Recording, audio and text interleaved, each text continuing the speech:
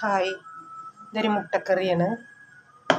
ഇതിൽ 2 വലിയ ഉള്ളി, തക്കാളി, പച്ചമുളക്, കറിവേപ്പില അരിഞ്ഞു വെച്ചതാണ്. ഇത് ചെറിയ ഉള്ളി, വെളുത്തുള്ളി, ഇഞ്ചി, പെരിഞ്ജീരകം ചതച്ചതാണ്. ഇതിക്ക് വേണ്ട മസാല ഒന്ന് ചൂടാക്കി എടുത്തതാണത്, പച്ചമണം മാറാൻ. മല്ലിപ്പൊടി, മുളക് പൊടി, കുരുമുളക് പൊടി, കുറച്ച് ഗരം മസാലപ്പൊടി, ആവശ്യത്തിന് ഉപ്പ്.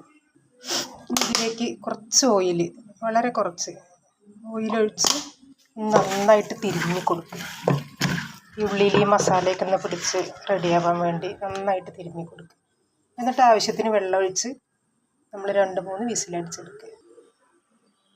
ഇത് കണ്ടില്ലേ, തുറന്നപ്പോൾ നല്ല എണ്ണയൊക്കെ മേലെ തെളിഞ്ഞ് നല്ല ഇതായിട്ടുണ്ട്. നമ്മൾ ഈ ഉള്ളിയൊക്കെ ഒരുപാട് വാട്ടി ഉണ്ടാക്കണേക്കാളും എളുപ്പമാണ്.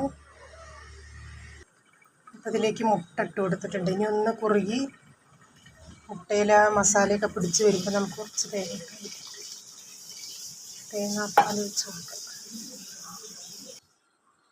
മുട്ടക്കറി റെഡി ആയിട്ടുണ്ട്. ഇങ്ങനെ ഒന്ന് ഉണ്ടാക്കി നോക്കൂട്ടോ, നല്ല ടേസ്റ്റാണ്, എളുപ്പമാണ്.